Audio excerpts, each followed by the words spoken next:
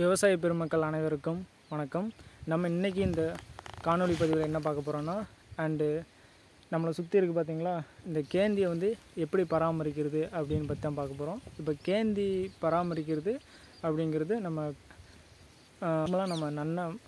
நார்மலாக நம்ம மண்ணை நல்லா புழுதியாக்கிட்டு அதில் நமக்கு தேவையான ரொம்ப நீளமாக போடுறோமோ கம்மியாக போடுறோமோ அதுக்கேற்ற மாதிரி பாத்தி கட்டிட்டு கன்று தான் கேந்தியை பொறுத்தளவில் தரமான கன்று வாங்கி நட்டுறது தான் மெயினானது. தரமான கன்று நீங்கள் வாங்கி நட்டினீங்கன்னா குறைஞ்சது 15 பறிப்பு 10 பறிப்புக்கு மேலே வரும். நீங்கள் கன்று கொஞ்சம் விலை கம்மியான கன்று ஃப்ரீயாக கிடைக்கிது எடுத்து நட்டுவோம் அப்படின்னு நீங்கள் நட்டினீங்கன்னா அது கன்று நல்லா இருந்துச்சுன்னா ஓகே. மேற்படி கன்று நல்லா இல்லைன்னா நமக்கு ஈல்டு கிடைக்காது. ஏன்னா 45 நாள் கழித்து தான் இதோட வருமானத்தையே நம்மளால் பார்க்க முடியும். அதனால் கேந்தியை பொறுத்தவரை கன்று வாங்கலை நல்ல இடத்துல வாங்க, நல்ல தரமான இடத்துல வாங்க. உங்கள் நியர்பை எந்த ஏரியாவில் கிடைக்குதோ அந்த இடத்துல வாங்கிக்கோங்க.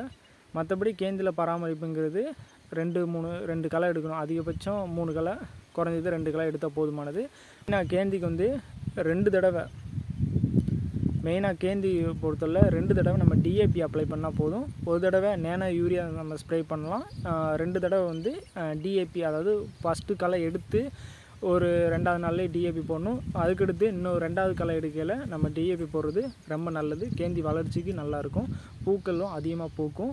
அண்டு கேந்தியில் வர ஒரே பிரச்சனை என்னென்னா, இந்த பூச்சி, அது என்ன பூச்சி பிரச்சனைனா, ஒரே ஒரு பூச்சி, அந்த மக்காச்சோளத்தில் வரக்கூடிய படைப்புழு கேந்தியில் அதிகமாக வரும். அந்த இது வராமல் இருக்கிறதுக்கு நம்ம மருந்து அடிச்சுக்கலாம். மருந்து இந்த அசிபைட் இல்லைட்டனா இந்த ப்ரொஃபெனோபாஸ் 2 மிக்ஸ் பண்ணி நம்ம கேந்தியில் அடித்தா அந்த வாசனைக்கு அந்த இது வராது.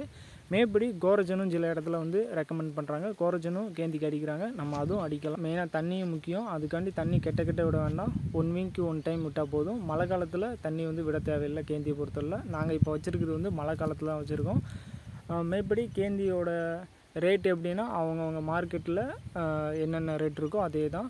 கேந்தி பராமரிப்பில் 2 நோய் தான் வரும். மேற்படி எல்லோரும் சொல்கிற கம்ப்ளைண்ட் என்னென்னா, கேந்தியில் லாஸ்ட்டாக இப்போ ஒரு 10 பறிப்பு பறிச்சுட்டு அதுக்கடுத்து பூ ஒரு மாதிரி அப்படியே கருகும்.